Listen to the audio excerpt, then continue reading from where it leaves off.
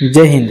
तो आज के इस वीडियो में हम बात करने वाले हैं झारखंड कर्मचारी चयन आयोग के द्वारा एक वैकेंसी निकाला गया है, यानी कि जेएसएससी के द्वारा वैकेंसी निकाला गया है, जिस वैकेंसी का नाम है ठीक है एएनएम। ये पूरे झारखंड में इसका नियुक्ति होने वाला है, झारखंड एएनएम प्रतियोगिता परीक्षा 2025, जिसको यहाँ पे देखिए इसको शॉर्ट करके लिखा गया है जैसे झारखंड एएनएम, ठीक है, एएनएम कॉम्पिटिटिव एग्जाम 2025। और इस वीडियो में हम लोग इसी के बारे में जो है विशेष बात करने वाले हैं। तो टोटल सीटों की यदि हम संख्या की बात करें तो अच्छा खासा सीट के ऊपर यहाँ पे वैकेंसी निकाला गया है, जैसा कि आप यहाँ पे देख पाएंगे। हम आपको थोड़ा सा दिखा देते हैं। 3020 वैकेंसी यहाँ पर है, ठीक है। ये तो आपका रेगुलर वैकेंसी है, ये जो है रेगुलर कोई भी इसमें भर सकता है। बाकी उसके बाद भी यहाँ पे जो है 161 सीट जो है बैकलॉग के लिए निकाला गया है। तो टोटल लगभग 3150 से ऊपर वैकेंसी निकाला गया है। ये अच्छा अपॉर्चुनिटी है आप लोग के लिए। यदि आप लोग भरना चाहते हैं इस फॉर्म को तो वीडियो जो है अच्छी तरह से देख लीजिएगा, ताकि आपको भरने में किसी तरह का दिक्कत ना हो। यहाँ पे देख लीजिए जिला का जो अलग अलग जिला, टोटल 24 जिले हैं, 24 जिलों का जो है यहाँ पे सीट बंटवारा किया गया है। जैसे कि आपको हम शॉर्ट में फॉर एग्जांपल के तौर पर दिखा दे रहे हैं। जब आप फार्म भरने जाइएगा ना तो इसको ऑफिशियल वेबसाइट से जाकर के इसको डाउनलोड कर लीजिएगा। जैसे 1 नंबर में आता है धनबाद, तो धनबाद में 134 सीट है। सिमडेगा में 150 सीट है। पश्चिमी सिंहभूम, इसमें 172 सीट है। पूर्वी सिंहभूम और ये पश्चिमी सिंहभूम में 200 सीट है। देवघर में 92 है। रांची में 245 है। गिरिडीह में 72 है। बोकारो में 130 है। चतरा में 84 है। पाकुड़ में 126 है। गुमला में 203 है। हजारीबाग में 127 है। कोडरमा में 54 है। 13 नंबर तक हम लोग आए हैं ना। देखिए कोडरमा के बाद लातेहार में 60 है। गोड्डा में 122 है। पलामू में 180 है। साहेबगंज में 98, दुमका में 214, गढ़वा में 131, खूंटी में 96, रामगढ़ में 63, लोहरदगा में 55, सरायकेला खरसावां में 95 और जामताड़ा में 117। समझे? टोटल सीटों की संख्या जोड़ करके हो जाता है 3020।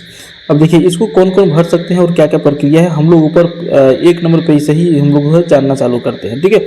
इस पोस्ट का पूरा नाम क्या है? तो इस पोस्ट का पूरा नाम है महिला स्वास्थ्य कार्यकर्ता, यानी कि एएनएम, ठीक है। ये 2025 के लिए निकाला गया है। इसको भरने के लिए जो है आपको ऑफलाइन वगैरह का झंझट नहीं है, ये सीधा ऑनलाइन भरा जाएगा जेएसएससी के माध्यम से, उसका ऑफिशियल वेबसाइट के माध्यम से। इस फार्म को भरने के लिए 100 रुपये फी रखा गया है, लेकिन अलग अलग कैटेगरी के लिए अलग अलग चीज़ यहाँ पे है। कोई भी अगर जनरल या फिर ओबीसी के महिला पुरुष आते हैं, सॉरी महिला मैंने को फार्म भरना चाहते हैं तो उनके लिए 100 रुपया है। जबकि झारखंड राज्य के अनुसूचित जाति अनुसूचित जनजाति के जो लोग हैं उसके लिए 50 है, ठीक है। बाकी यहाँ पे इसका सारा चीज़ लिखा हुआ किनको किनको एग्जामिनेशन फी में छूट मिल रहा है। एग्जामिनेशन फी में छूट लेने के लिए आपको यहाँ का अस्थायी निवासी प्रमाण पत्र, जाति प्रमाण पत्र लगाना जरूरी होगा, ठीक है। तो जो लोग अस्थायी निवासी प्रमाण पत्र या फिर जाति प्रमाण पत्र नया अपडेटेड नहीं बनाए हैं वो लोग बना लीजिएगा, क्योंकि ये फार्म जो है बहुत ही जल्दी भराना चालू हो जाएगा, समझे।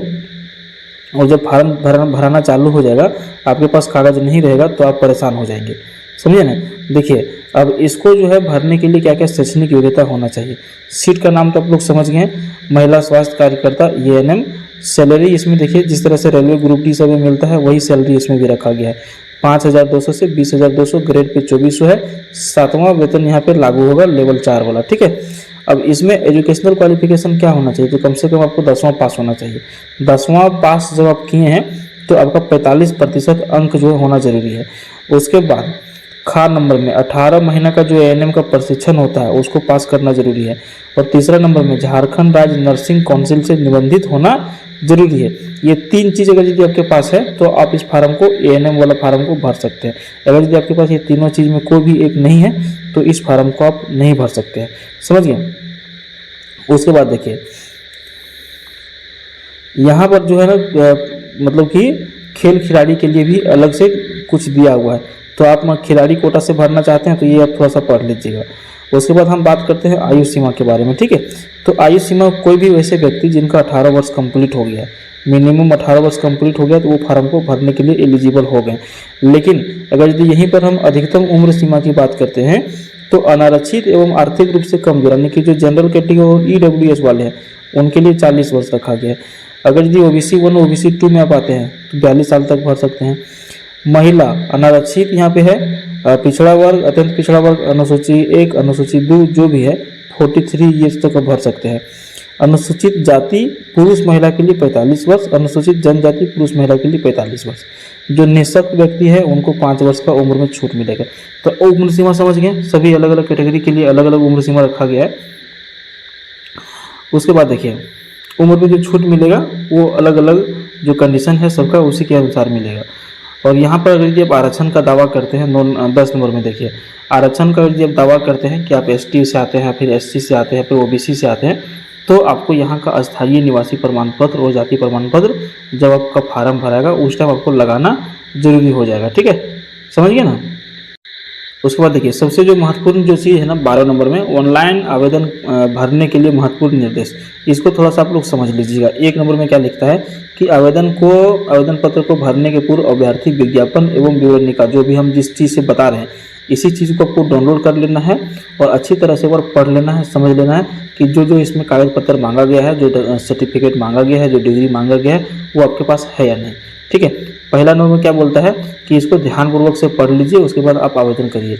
आवेदन भरने के पूर्व अभ्यर्थी यह सुनिश्चित करने की जो प्रमाण पत्र आवेदन हेतु आवश्यक है वह उनके पास उपलब्ध है। पॉइंट नंबर 1 हो गया का में। उसके बाद देखिए खा में क्या बोलता है कि आवेदन भरने के पूर्व अपने फोटो एवं हस्ताक्षर की स्कैन प्रति, ठीक है, यानी कि जो आपका फोटो है और आपका जो सिग्नेचर है उसको आपको स्कैन कर लेना है। वो भी जब आप फार्म भरने जाइएगा साइबर कैफे तो वो लोग कर देते हैं, तो आपको जरूरी नहीं है, यदि पहले से आपके पास है तो आप इसको कर लीजिएगा। सभी प्रमाण पत्रों को ध्यानपूर्वक देख लें, इन सभी का उनका नाम, पिता का नाम एवं अन्य सभी विवरण सही है, अन्यथा आवेदन भरने के पूर्व उसे ठीक करा लेगा यदि गलत है तो, क्योंकि एक बार अगर यदि आप आवेदन भर देते हैं तो उसमें सुधारने में बहुत दिक्कत है। और यहाँ पे जितना भी डेट ऑफ बर्थ, फादर का नाम, मदर का नाम, आपका नाम, जो भी स्पेलिंग होगा ना, जो आपका 10वां का सर्टिफिकेट में होगा वही आपको भरना है, इसमें अलग से कुछ भी नहीं पढ़ना है, चाहे वो जैसा भी लिखा हो 10वां का सर्टिफिकेट के हिसाब से ही आप इसको भरिएगा। ठीक है, उसके बाद यहाँ पर देखिए, चलिए आपको हम और चीज़ इसमें बताते हैं।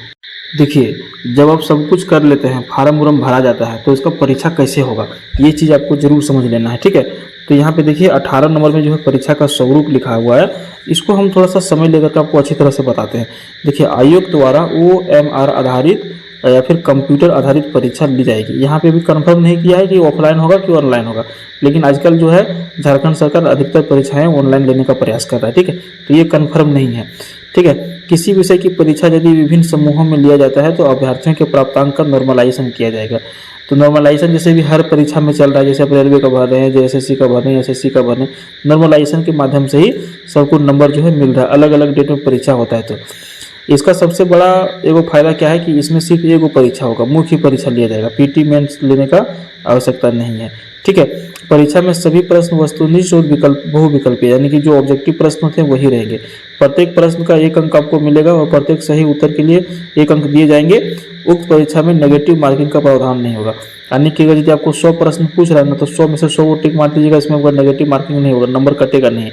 उसके बाद देखिए 11 नंबर में मुख्य परीक्षा की अवधि 1 घंटा की होगी, यानी कि 60 मिनट की होगी, जिसमें टोटल आपको 50 प्रश्न पूछे जाएंगे। समझ गए। 19 नंबर में है परीक्षा का पाठ्यक्रम। तो महिला स्वास्थ्य कार्यकर्ता ANM पद है तो पाठ्यक्रम परिशिष्ट के रूप में विवरण यहाँ पे दिया गया है, तो इसको हम बताएंगे तो लंबा पड़ जाएगा।